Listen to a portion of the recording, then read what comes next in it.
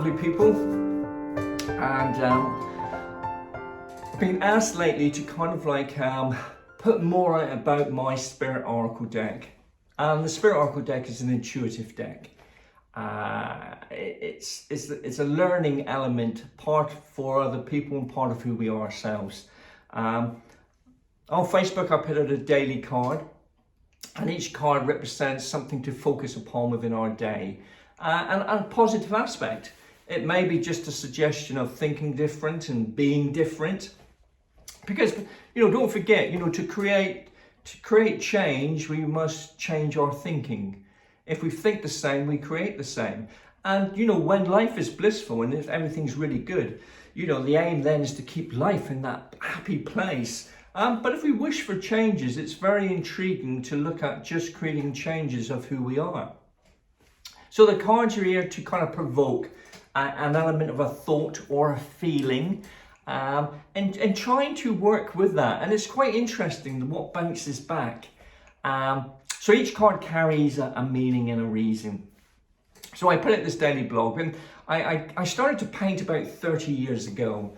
And a few years went by, and then it kind of came to my attention that someone asked about doing cards or making cards, and then it moved on about maybe putting cards together in the form of a deck, a learning deck for intuition, if you like. So eventually, through all this time, we actually ended up with a deck called the Spirit Oracle deck. And the spirit of oneself, the soul of oneself. So the Spirit Oracle deck came about. And the Spirit Oracle deck has been out for many, many years. And I've sold several thousand decks over those years I'm working with. From the beginner to actually the advanced reader, if you like. It's a very open deck. It's an easy deck to learn. The way in which it started off, it's never changed. In those, let's say, 27 years of reading these images, the way in which I read them is not changed, or the structure of that is not changed. So it's going to be quite an interesting element coming into play. I mean, I've painted these pictures. When I painted them, I had a thought or a feeling, whether it's a feeling of happiness or whether it's a feeling of us being, soulfully touched by elements of, it provoked me. So I kind of, each painting came with a meaning and a reason.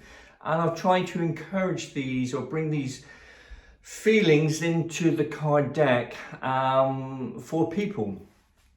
So it's kind of, in a way, I wanted to do 10 steps to learning the Oracle deck. And so I thought this one would be an introduction into the deck. So when the deck arrives, you get this box set. And within the box set, it actually comes with a paper template. The paper template is something that we will cover later on. It's basically there for, it's like a cloth, tablecloth, paper tablecloth, that you can lay it on the table and start getting some structure to your card reading from. Again, we will cover that further down the road. It comes with a book of guidance. Quite interesting though, because I don't like putting things and saying this is how you have to read the deck.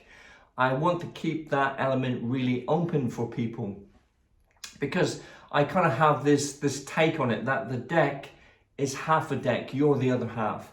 I want to involve you, your thoughts, your feelings within reading this and working through it. So the book is just for guidance.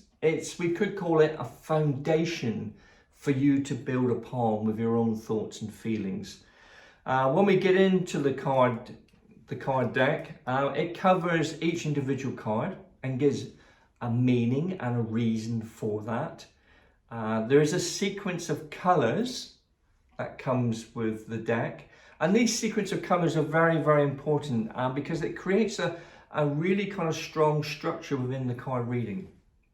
And it also creates direction within your card reading. So it's very valuable. And each colour has a sense of feeling, if you like. It comes with its own personal energy. We all have colours that we are attracted to and that we are drawn to. So I would like for you to kind of get more involved in that as you learn the Spirit Oracle deck. I mean, some of you, I kind of think in a way that you don't need to go in and buy a book on color therapy. You already know enough about color to start working with it. You have your favorite colors, colors that don't please you that well, or even colors that make you feel a certain way. So I really want you to work with that and those elements. Each card carries an image. There's a number and there's a title. So there's a lot of information that's coming through in order to work with. There's 72 cards in the deck. And, I kind of, the 72 cards that come into play carry this sequence. They carry their names. There are kind of what I say in a way, there are two sorts of people, even though we're all made up of a bit of each, but there are word people and there are image people. Now, I'm an image person. The image side of things comes very first and the words come secondary. But there are people that very much deal with words. So, the name on the card may carry great importance for that. But, we have 72 cards here. And the colour sequence that comes into play. And when I start to read the cards, I do work with there's nothing by chance and nothing by coincidence. The first card is the card of New Beginnings. This is the first card because this is my very first vision painting that came into play. So it's a card of new beginnings. And how exciting is new beginnings? So if a card came up in a reading or for a daily card of new beginnings, it would be there trying to bring about this element of newness. I mean, each day is a new beginning in itself. And we have a chance within that each day to create something new for ourselves. So every action creates a reaction. And once we can understand that actions create, we can start, through observation, learning to see what we do and the effects of what we do within life. And of course, everyone else. So the card of New Beginnings could be just simply suggestion of me, how I present myself.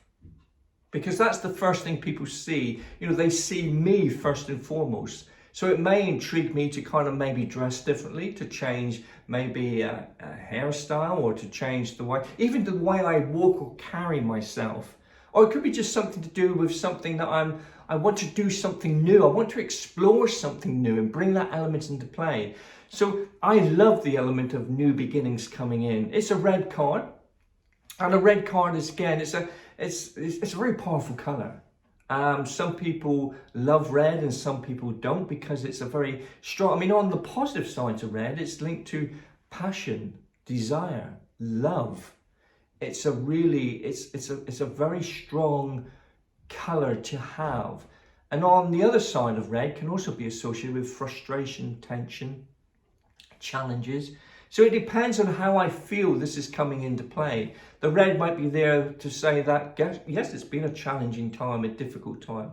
Or it may speak of love and desires coming into play. Even with love and desires, the element of new beginnings is coming forward and coming into play with that.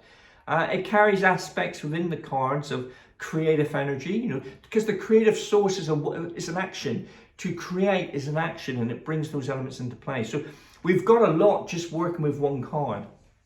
And then through these 10 steps, we will introduce a second card.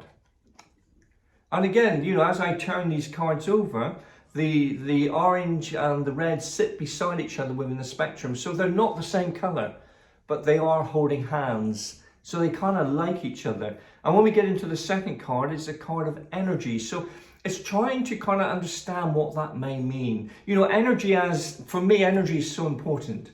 Because if my energy depletes, then I'm tired, drained. It affects my coping strategy. Gosh, my high energy is really valuable because it makes me, I bounce in life. And that bouncy, happy feeling will generate. It's the law of attraction, you see. When we get into times of struggle and difficulties and low energy, we've got to mind that we don't get involved in it too much. And actually, we're attracting it even though we don't want it. So all the cards are positive. There is not a negative card within the card reading. But we go from a 1 card to a 2 card. and then to a 3 card. And eventually, when we get near the end of these 10 steps of learning, we will go more into the 12 card spread. And that is something that I work with. No, it's never changed. In all the time that I started to work with these cards, from the word go, it had always been a 12 card spread. And I get the person to pick these cards on a conscious level, because I have a theory. I have a theory that the way we deal with life and make decisions in life, whatever that structure is or whatever makes us tick, we use that same thought pattern even when we're picking cards. Even if something so simple as picking cards, we're using that same element of our brain. So it kind of comes into the card reading. And then I get people to pick cards on a subconscious level. And the subconscious is our higher self. It's trying to find the balance between the consciousness and the subconscious. So anyway, folks, stay tuned. I will be doing another one, part 2. We've done the introduction now. And then the next one will be the first part of learning aspects of the card. And then gently we'll take you through these 10 steps. I'd appreciate it if you could push the subscribe button and even push the notification bell. Because again, it's kind of, I guess it gives me back a little bit from trying to make these videos, put the videos together and get them out. So it's a huge learning curve for me in trying to undertake this and bring it about. So yeah, I would really appreciate that if you could subscribe. And I look forward in doing another one. If there's any questions, please send me a message and I will try to answer it, because again, life is, even though we're in a lockdown, life is still relatively busy in one way or another. So just bear with me, I will get back to your messages. And so yeah, in the meantime, take care, stay safe. Thank you.